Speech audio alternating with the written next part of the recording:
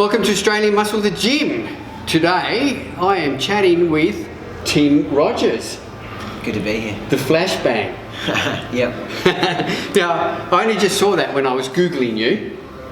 The nickname? The nickname, where's that come from?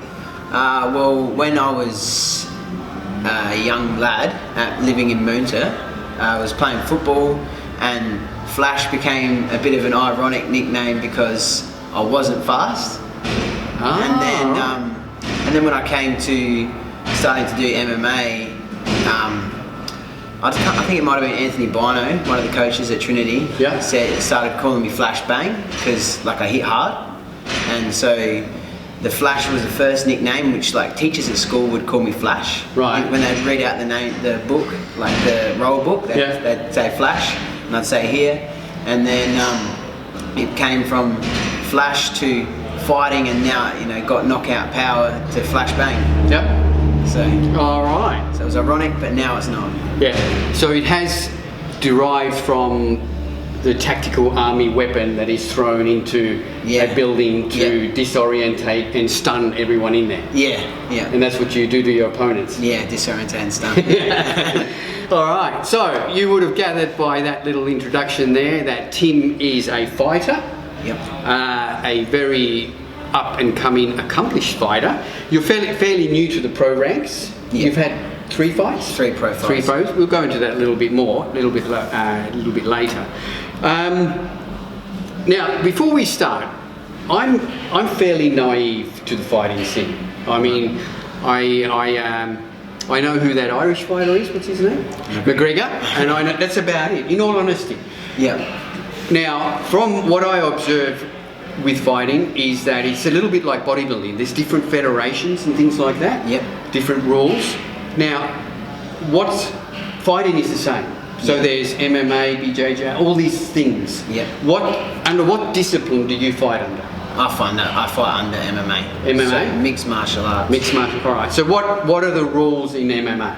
So as a professional, it's easier to cover the rules that you can't do rather than what you can do. Mm-hmm. So you can't bite, scratch, headbutt, knee to the groin, those sort of things. Yeah. But other than that, it's pretty much as close as you can get legally to modern day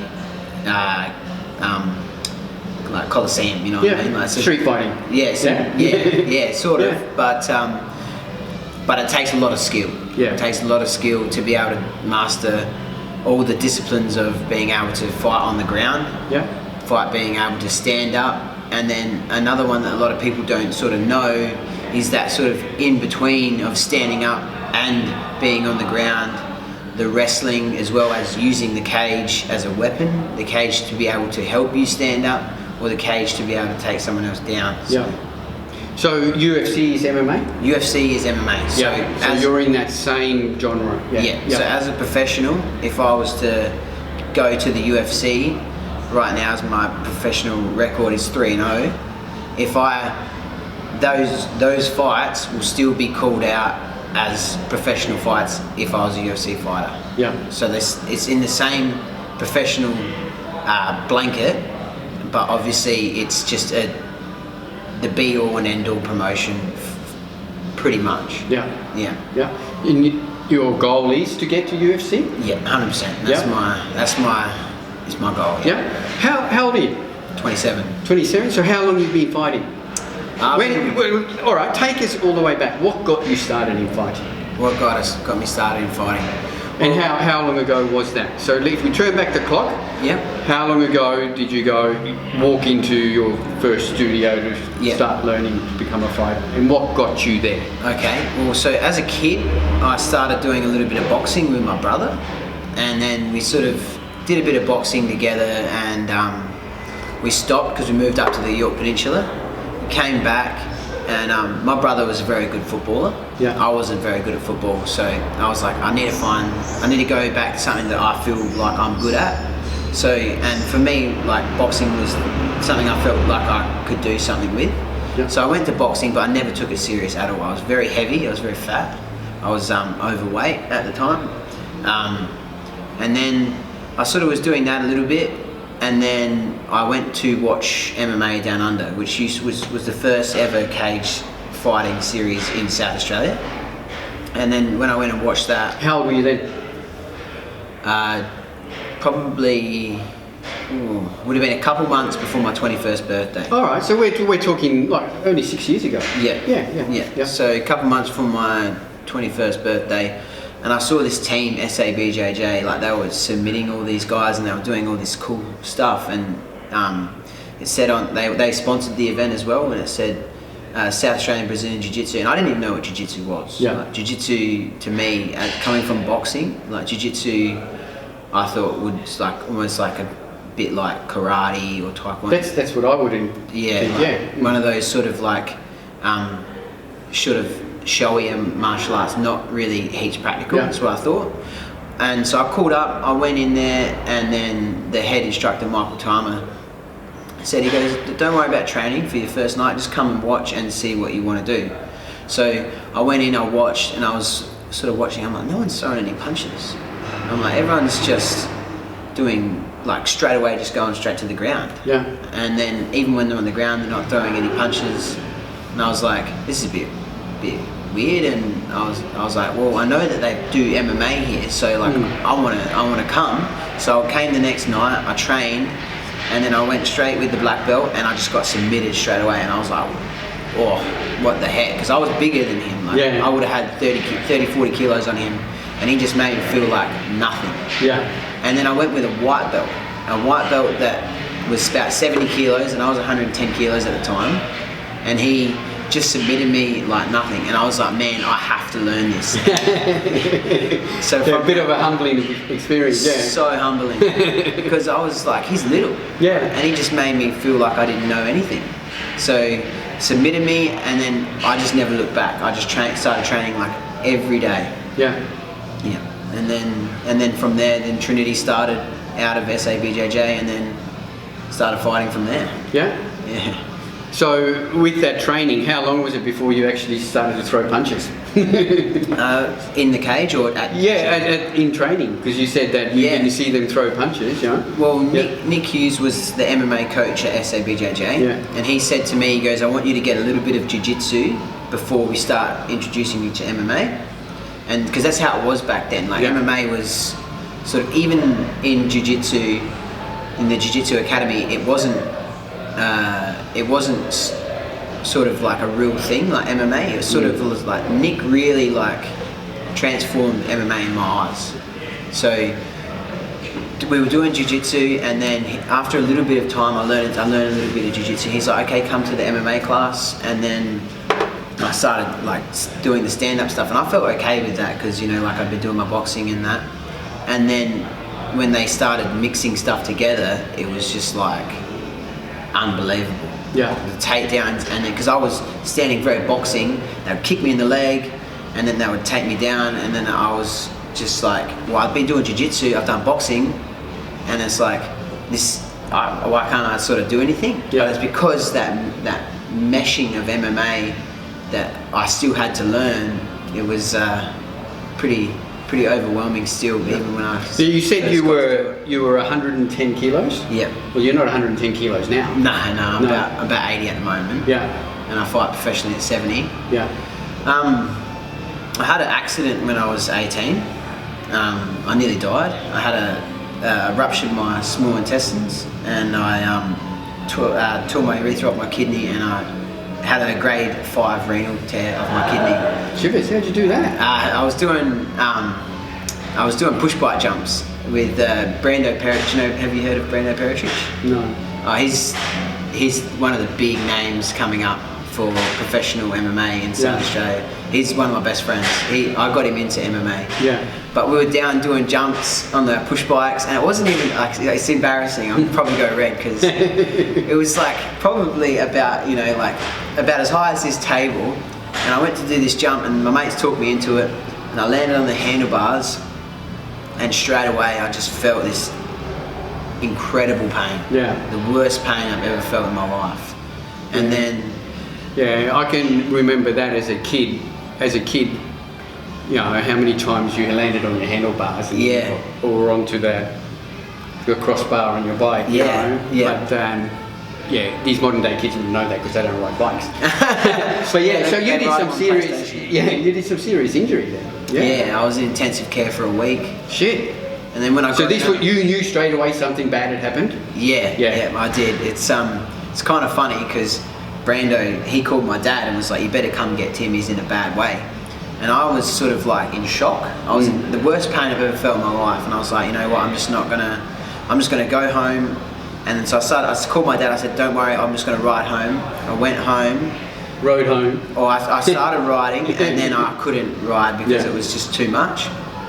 Went to the toilet, and I hemorrhaged blood everywhere, all over the walls. Like it just sort of just came out of me like a sprinkler. Yeah, and it went all over the walls, all over the floor. Yeah. And then my dad got home, took me to the hospital. They told me to sit down. They didn't know that it was that bad. And then I went to the toilet in the hospital. They gave me a test jar, and then I filled that up. And obviously, it looked like someone had been stabbed in the hospital cubicle. And then my dad was sort of helping me stand at that stage because I was having a hard time even standing. And he held up the sample jar, and the woman at the front desk just sort of glanced back. I still remember her face. I was like nearly 8 years ago now. Yeah. And she looked back at me and was like this, and then they bust open the doors. They were cutting off my clothes, needles and stuff going in my arms, and went in for a CT scan. And then by that stage, my mum got there because she was out for the day or something. And then my parents were crying, and that's when I was already a chunky sort of kid, but after that I got a lot fatter. Yeah. So after recovering from injury, like I couldn't really do anything for 6 months because I had to just I wasn't allowed. Even when I went to work, I had to sit in the office and I worked at a fuel plant, and I couldn't really do anything, you know. So that's when I started getting really fat. That was that before and after photo you put up of your transformation. That's when I was. That photo before and after. That was about 3 months before I started jiu-jitsu. Yeah. So the heaviest I ever reached was about 117 kilos. Yeah, fatty. And now you're 80 and you fight at 70. Yep. Yeah. So that's your fighting weight. Yep. Yeah. And that's what you plan to stay at? 70. Yeah. Yeah. I don't know. Like I've thought about before going down to 66. Oh, actually go even lighter, not go up. No, not go up. I've even thought about going lighter. Yeah. But the weight cut could be too much, so it's not. Unless I had like professional team, like making my food directly exactly to it, then like in the UFC, I would think about it, but not until then. Yeah. But I've thought about it. Cool.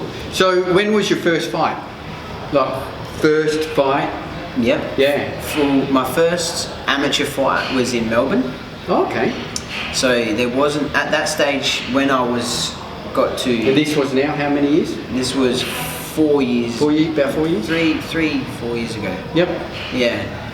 About 2.5 years into training, I got my blue belt. Like Nick's rule was back in the day, you couldn't fight MMA until you had your blue belt. You had to have that level of protection on the ground as well as obviously everything else. So this just go the belt. Yeah. That's under what? So it goes white then blue. Yeah. That's jiu-jitsu. Under jiu-jitsu. Yeah, Brazilian jiu-jitsu. Yeah. So that was sort of the rule that you couldn't fight until you got your blue belt. I got my blue belt quite quickly, but Nick wanted everything to sort of gel and blend in, and it was sort of put to me, we don't want you to just win your first fight. We don't want you to be at the first fight and then you have to go train and then, sort of learn everything like that for your next fights. It was, we want you to be ready for this fight and then be able to take another fight and another fight and another fight after that. And that's sort of what I did through my amateur career.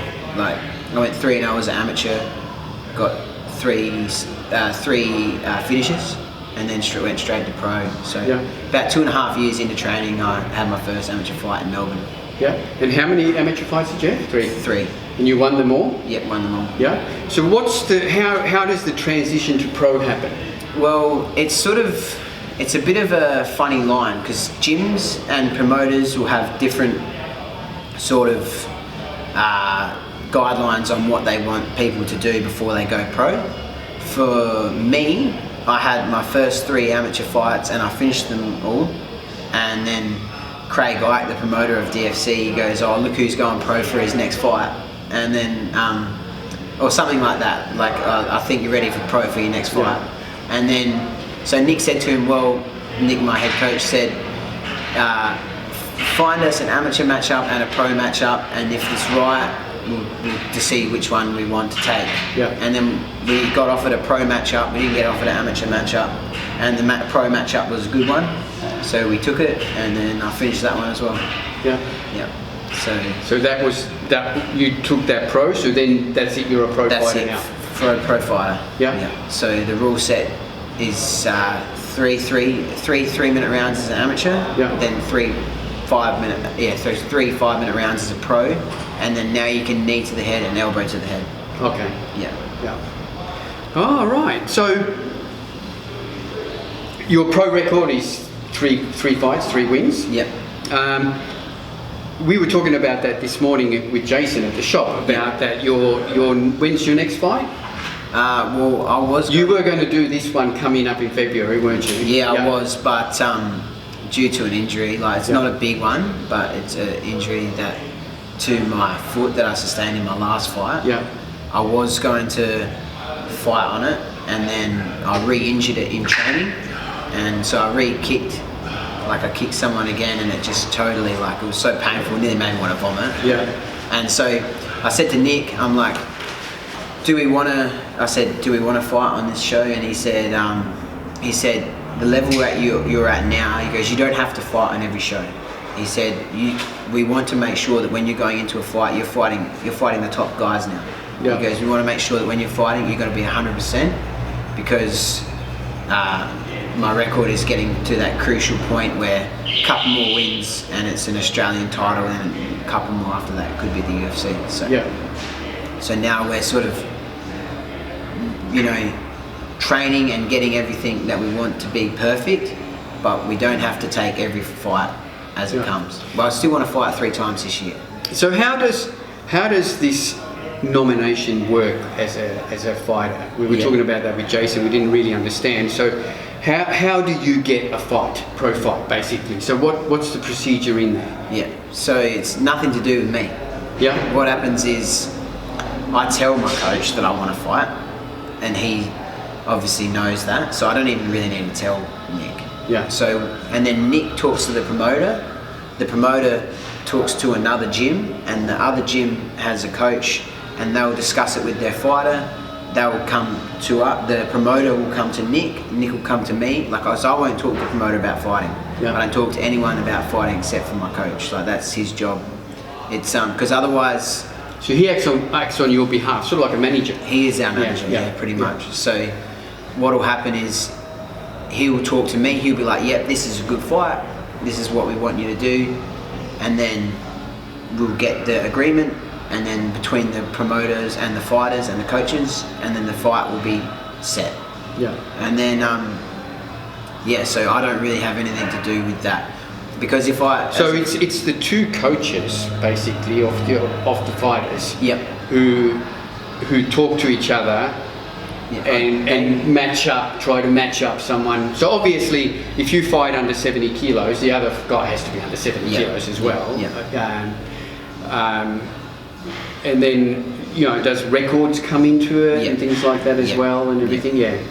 So even the coaches won't really talk to each other that much, though. It'll be like coach talk to promoter, promoter talk to coach, then come back. So it's sort of like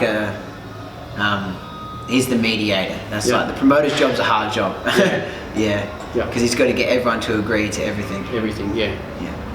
Now, as a pro, is there money involved?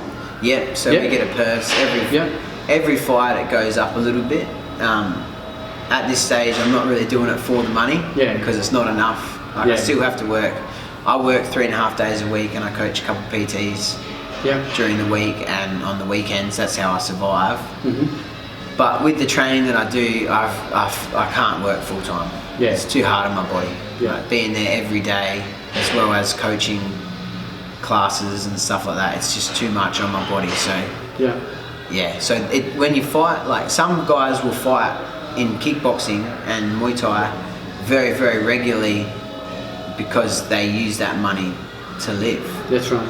But for MMA, you can't. It'd be very rare to see an MMA fighter fight more than 3-4 times a year. Yeah. Yeah. Yeah. So, again, getting back to your fights, you're 3-0. Yeah. You haven't fought for a title yet, so there is still titles even in the pro. Like there is. Yeah. What's the sort of title you would be aiming for as first? Yeah. Like, so what I want is right now I'm currently ranked number. Well, it's changed a few times. I'm either 16 or 17 in Australia. Yeah.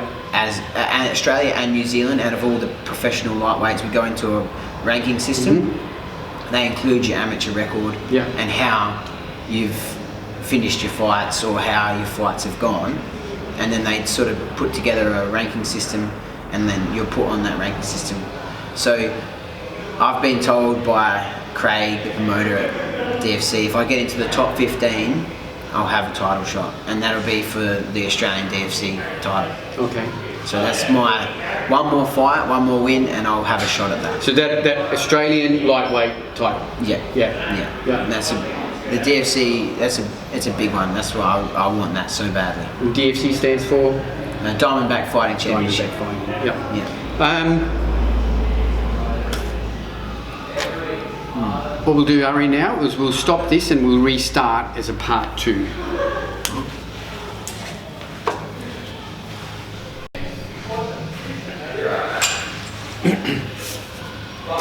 All right, cool. So, when is your next fight? When do you reckon? So there's a DFC on the 29th of February. You're not in that one. Yeah. So the very next DFC after that, I'll 100% be on it. Yeah. So that obviously, depending on the matchup situation, like between the promoter and that sort of stuff. Yeah. I'll 100% be on it. Yeah. So that should be, I think it'd be around about May. That'll be around about then, and then I'll be ready for that. Yeah. Yeah. Cool. Now we spoke. You said you got a bit of an injury at the moment now. Yeah. Which you didn't. You just told me before you didn't want on camera, but that's okay. We've got it on record. That's okay. But that's nothing serious. Nah. Getting over it. Getting over it. Yeah. Just go. You were talking about just off camera before telling me. Just tell us how that injury. That was in your last fight. Yeah. What happened during the fight? At the end of the fight, or? It's hard to tell when it happened because I was. In the fight, I was throwing a lot of these leg kicks, and I knew they were hurting my opponent. I knew they were hurting me when I was throwing them because some of them were landing with my foot, hitting him in the knee, and I knew that it hurt me. But in my head, I was like, I know that they're adding up, and I know they're hurting him. Yeah. And so I just kept throwing them, and I kept setting them up, kept doing it. It was part of my game plan was to do that. It's not always going to be part of my game plan to do that style of kick, but it was for this opponent. So I knew how bad it hurt, and it was hurting in the fight. So if it hurts in the fight, it's going to hurt a lot afterwards. Because with the gash on my head, I had 7 stitches in the fight from the gash. I didn't feel that at all. Yeah. So I knew my foot was going to be bad because I could feel it hurting in the fight, and then. Yeah, so after the fight, I couldn't even fit my shoe on. I had to get another fighter that fought that night to help me try and squeeze my foot into my shoe because it was already so swollen. Yeah. Getting back to, you said you were doing this because of this fighter. Yeah. When you get matched up to a fighter, you'd obviously then study this fighter. You'd try to find footage of him, see what his style is and things like that. Yeah. Try to find a weakness, and so you'd go into that fight knowing everything about that fighter, what his weaknesses are, and try to exploit those weaknesses? Or does it, when the fight starts, does the game plan sort of go out the window and yes and no. It's sort of like fight to survive sort of instinct comes in? In a way, it is. In that fight, I wanted to throw that kick, but something happened in that fight. Sort of a strategy thing, so I won't go too deep into it. where I was like, okay, I need to throw this, like, it's going to set this up and it's going to change this. So that's why I threw it so many times. Yeah. So the plan was there to do that, and we knew he wanted to take me down. That was a big strategy of his. We knew that was going to happen. Yeah. And so for me, I wanted to keep the fight standing and attack that leg as well as, you know, other things. So if I was to fight a striker, then I might look to take them down. Yeah. You know, like, or I might look to stand and strike with them, thinking that the game plan is I'm going to be able to be a better striker than them. Yeah. So we do have somewhat of an idea of what they're going to be like, but we're not going to, when you get in there, it's sort of, it's trial by fire. Yeah. They might be a striker, but they might come out and straight away just shoot for a takedown. Yeah. Because they might know that you know that they're a striker, and they're going to try and mix it up. Yeah. That's the wonderful thing about our sport, is it's just so open and broad. And I can remember years ago, my first cage fight I went to was at West Lakes. Yeah. Ninja Fury. Oh, okay. So that's Muay Thai. Muay Thai. Yeah. And Paul Slewinski. Paul Slewinski, Yeah, Big Paul was fighting, and he was just fighting. I mean, Paul was a big guy, and he was fighting another big guy. And for the first 2 or 3 rounds, all Paul did was he backed off, saw an opening, kicked the guy in their thigh. Yeah, that rear leg kick. And he just kept doing this. The guy kept trying to hit him, and Paul would back off, kick him in the thigh. Yeah. And we could see slowly this guy's thigh was going red and purple, and then it got to the point where every time he got a kick in, the guy buckled. Yeah. And it was finally Paul got a kick in where the guy buckled, and he jumped on it and just beat the fucking crap out of him. Really? Yeah. Oh wow. And it was like 4 rounds of that, and the crowd was starting to get pretty antsy. But you could see that there was a strategy there, that was the plan. Yeah. That he could keep this guy at bay and just keep doing this and just pegging away at that thigh, and he kept hitting that same fucking spot over and over until the guy started buckling and limping, to the point where he then buckled onto his knee, and he was on him in a flash. Yeah. And guy never got up. That's awesome. I love that. That's great. And it was good, like, you know, it was funny because the crowd was getting really antsy, you know, like hit him and all this, and I'm thinking, I can see what he's doing here. Yeah. You know? Yeah. He obviously thought that this guy is a formidable opponent if he doesn't do something to stop him. Yeah, especially those big guys, because they hit so hard. That's right. And so obviously he's just trying to take that leg out, take away the power. That's right. Because that rear leg's where the power comes from as well. Yeah. And it was getting to the point, every time he hit him, it had that meaty slap that went through the auditorium, and all the crowd went, oh, you know? Yeah. And you could see what was going to come. It's going to come, you know? And it took about round 4, and fuck, he just destroyed him. That's awesome. Yeah. That's awesome. So that's my sort of most memorable part about going to the fights, you know? That's great. Now, last year you had a bit of a setback in the second half of the year. You had a serious injury, an eye injury. Tell us about that.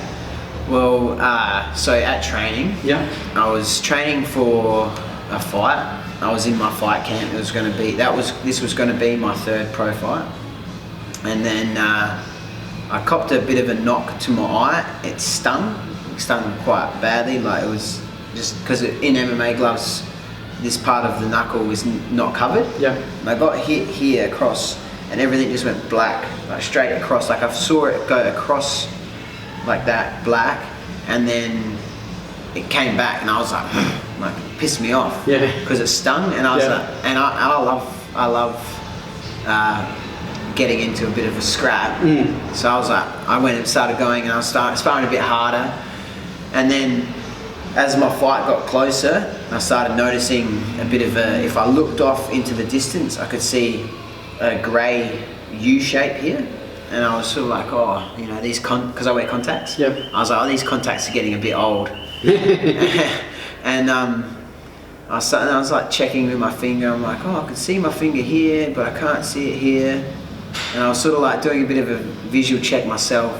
And then it started getting worse and worse. And I was like, this was the day before weigh-ins. I was like, I better go to the optometrist. And then, so I went to the optometrist, and a little while ago. I can't remember if my girlfriend was there or not, but I went to the optometrist. They put these drops in my eyes. They had a good look. He goes, the good news is we've found it. The bad news is you need emergency surgery right now. Yeah. And I was like, huh? I was like, what? Because I wouldn't feel anything. Yeah. It didn't hurt. It just was a bit of a weird shape in my eye that I couldn't see my finger in front of. I just I don't know anything about eyes, so I was sort of like, it's just nothing. And then so he wrote me a letter, went straight to the Royal Adelaide Hospital, and then there they told me that I was, they were going to give me surgery that day. And then they said, because it was sort of like the Royal Adelaide was very full, they told me that I needed to go home and come back the next day, and I was going to have surgery. So I went back in the morning, had the emergency surgery. While I was there, they fixed something in my right eye as well. So I had surgery in both my eyes. So what was the issue? What was the issue in your left eye? So what happened was I had a detachment of my retina. Yeah. Okay, so the bottom of that sounds like just horrible. Yeah, it was after surgery. Isn't the retina like it holds your eyeball and everything, and like it's sort of like a cinema projector. Yeah. So like the vision comes in the front of your eyeball, and then it's sort of like almost sort of projected onto the back of this film, and then mine had ripped off totally at the bottom. Yeah. So they told me that if it had ripped off at the top, I would have permanently been blind by this stage. But because mine had been ripped off so badly, it was actually, there's a fluid that goes in there. Yeah. Mine had been ripped off so badly that the fluid was just falling through. Right. So that's why I had a bit of time before I lost my vision. Yeah. So they reattached it, and then they actually told me that there was like 13 tears in it as well. So it was a detached and then tears in it as well. So it was like a mess. So was all of this from that one hit, or you reckon it was just a combination of? From sort of talking to the ophthalmologist and my GP, who's actually the fight doctor for DFC, they sort of told me that what happened was because it had detached, and then I kept going, kept sparring and kept doing everything normally, it made it a lot worse. Yeah. Like it sort of, because it was weak and detached, like when I was getting hits, it wasn't strong and able to, but now it's strong. It's so strong. Like I had the same, do you know who Michael Bisping is? Yes. Yeah, so I had the same surgery as Michael Bisping, whereas what they do with the detached retina is they attach it again, and then they put, a lot of times they'll put like a silicon, like a gas bubble in there, a gas bubble in there. But what they did for me was they gave me a permanent one, so I've permanently got that in behind my retina, and then also I've got a buckle, so they cut all around your eyeball, and now I've got it's a C-shaped bit of rubber that runs around my eye, and then it's actually permanently inserted in my eye, so I can feel it, that it's in there if I feel it. And so what it's done is it's actually, like, you can probably see my eyes are slightly a little bit different. It's a little bit smaller. Yes, right. Yes. It's actually changed the shape of my eye. So instead of my eye being like this, it's more like this. Like this now. Like an oval sort of. Like an oval, but it's strong. So it's as strong as it could possibly be. Yeah, from all that. So all of that was like on the eve of your fight, wasn't it? Yeah. So because I went to that fight and I saw you there with a big freaking bandage over your eye. So nothing was going to keep me away, because I had teammates fighting, and I could hardly see because they did a surgery on this eye. And I remember sort of like squinting and trying. I can remember you didn't look the best. No, I didn't. I didn't feel that great either. It was very sore. Like it sucked. So your last fight that you had now that was November. Yep. So that was your first fight since my eye.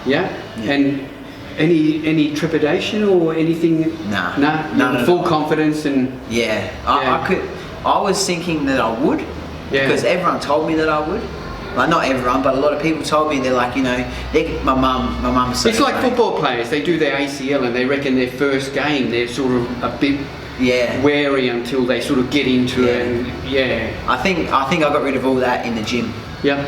Like I got hard hits, like people accidentally, like someone took me down really hard and like their head hit me right here. Yeah. And I was like, if it can take that, it can take anything. Yeah. So, my mum was like, oh, people are going to target that eye, you know, That's classic right. mum stuff. And I'm like, Mum, they're going to be too busy trying to knock me out to worry about my eye. I'm like, because if something happens in the fight, it won't affect me anyway. Yeah. So they're not going to worry about that. They're going to try and do other stuff first. Yeah. And then, but I got all the nerves and everything out in the gym. And when I went in there, like, it didn't worry me at all. Yeah. Because that last fight was a pretty brutal fight. Yeah, it was fun. Yeah. I hope every fight's like that, but I win. I hope, like, I did win that, but like, I still hope that they're all like that. Did you at any time during that fight, like, you know, in between rounds when you're sitting in the chair, because I've seen the fight online, highlights and everything. Yeah. Like, do you at any one time sort of think like, fuck, like, I want this to be over, or like, you know, because that went the distance. Yeah, it's the first time. Yeah, and it was a brutal fight. You were both beat the fuck up. And you're bleeding all over the fucking place. Yeah. Was there any time that you're sort of thinking like, fuck, like, you know, I wish this was over, or what do I need to do to fucking end this? Or is it just like, just get out there and just... I wanted to knock him out. That was I wanted that for the fans, like, and I wanted that for me because it feels so, like, it's not like I don't like the guy. I just love doing it, you know. Yeah. And but at the same time, I remember sort of like I could hear the crowd. It was like deafening. They were just screaming, and I was like, man, this is sick. Yeah. I was like, I was just having a ball. Yeah. Because you don't really feel anything. Like, obviously my foot was a bit sore.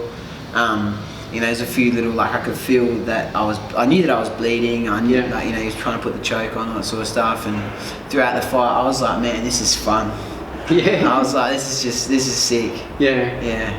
So it's just because there's just so much going on. Like, it's just all the practice, all the practice, and those sort of fights. You don't have to be a UFC analyst to know that fights.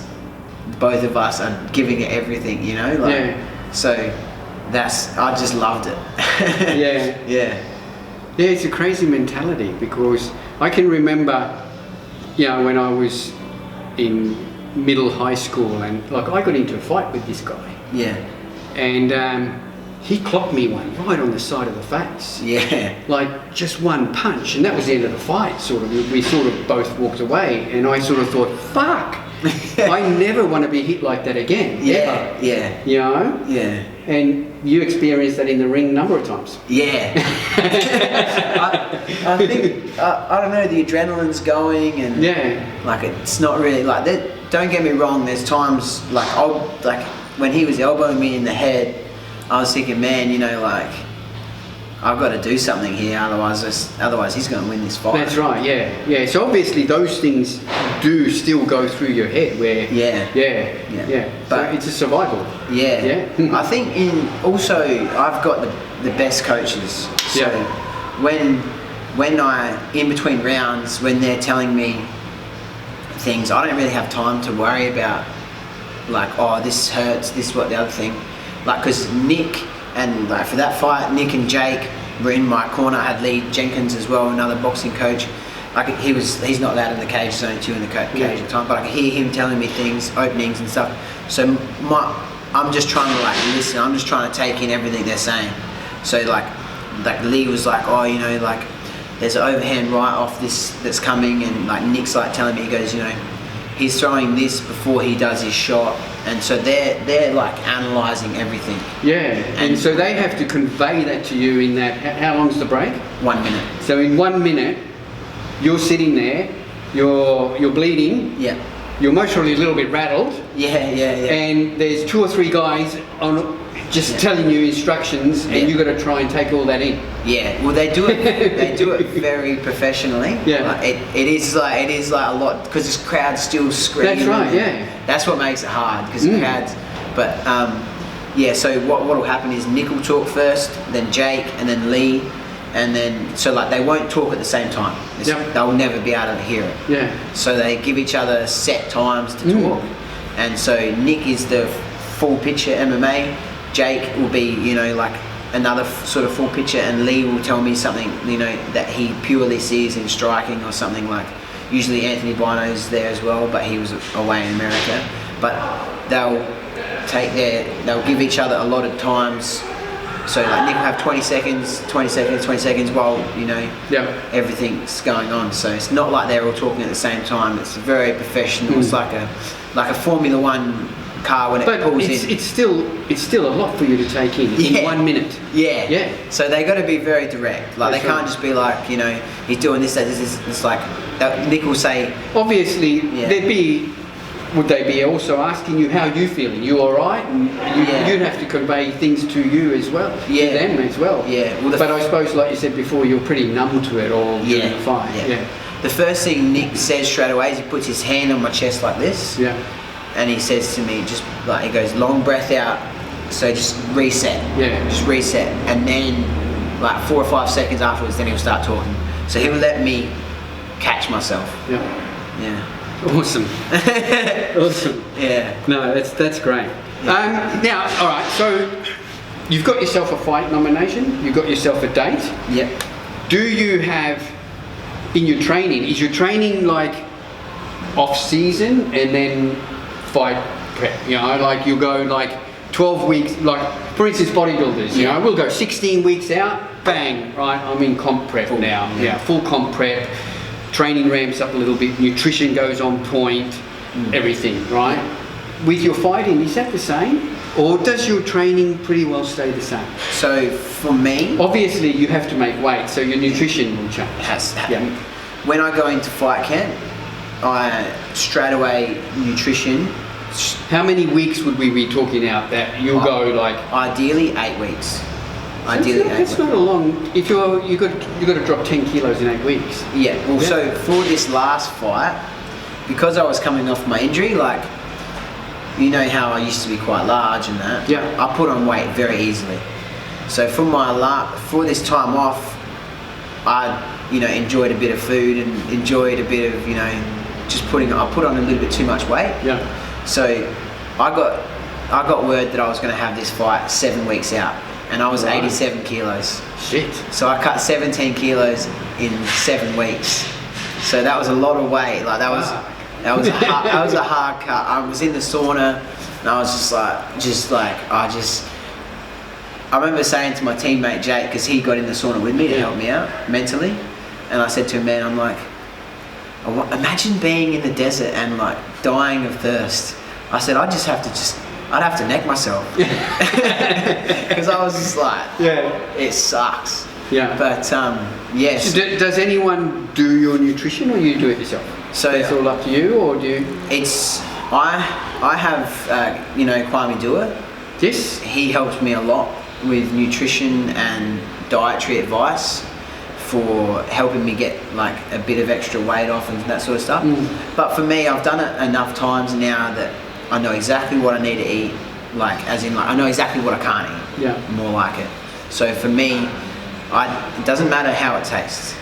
I've got to lose that weight. Yeah. Well, bodybuilders are the same. I know. You guys are even more full because you guys. I've seen what. Jason, Jason. I know. I've seen Jason eating for his last comp. Yeah. I was like, he's like a robot. That's right. And you do have to turn that. And I imagine it still is the same for you as well. Yeah. Obviously, during your cut, you want to still hold on to as much muscle as possible and come to that weight. You don't want to just cut your muscle away as well. So there has to be a good strategy in place. Yeah, lots of protein. And obviously you guys help me out a lot with my supplements, so that helps with my muscle recovery a lot. Quickly, what supplements as an MMA fighter do you take? Well, most important for me is creatine. Yep. Because proven to reduce the concussive blows. Exactly right, and that's what I'll put you onto it, because the latest research with creatine as a must supplement for fighters is because it helps offset the effects of concussion. Yeah, exactly right. And then not only that, the explosive power for striking and everything. So every time I know that I'm gonna get hit, I make sure that I have a teaspoon in my BCAAs. And obviously protein and BCAAs and creatine, which is an absolute basic supplement stack for any athlete. Any athlete, any bodybuilder, that really is the supplement stack to go for. So your cardio would pick up as well, obviously. So I train all year round hard. I train, some fighters don't, but I train all year round very hard. Like I never stop. I'm in the gym 6-7 days a week all year round. The only thing that changes is it becomes, when you're in fight camp, all of your training becomes all about you. So you have specific people. So like my last fight camp, I had 3 guys working with me, myself. So I would be striking, one would take me down, then the other. So they're 3 guys working as hard as they can, taking it in turns for me. So that cardiovascular goes through the roof, because you just have to keep up with it. Otherwise it's just going to overwhelm you. So it's 8 weeks of just pure hard work, and then we have a taper off week where we go very, very light while we do our last water cut. Cool. Thanks, Tim. No worries. That was a great insight into the world of MMA, and at Australian Muscle, we're behind you all the way. And like I said, we don't sponsor a lot of people, Australian Muscle, but the people we sponsor are people who we see as hard workers. I'm not into sponsoring people because they've got 1 million followers or whatever on Instagram. I like rewarding people and supporting people who put the work in, and you were recommended to me and I saw some of your fights and stuff like that. I thought we're going to have this guy on board. Oh, thank you, Kim. I appreciate that, and good luck with the next fight, whatever that may be, and we look forward to seeing you back in the ring. Thanks again, Tim. Appreciate the chat. Appreciate it. Thanks, guys. See you next time.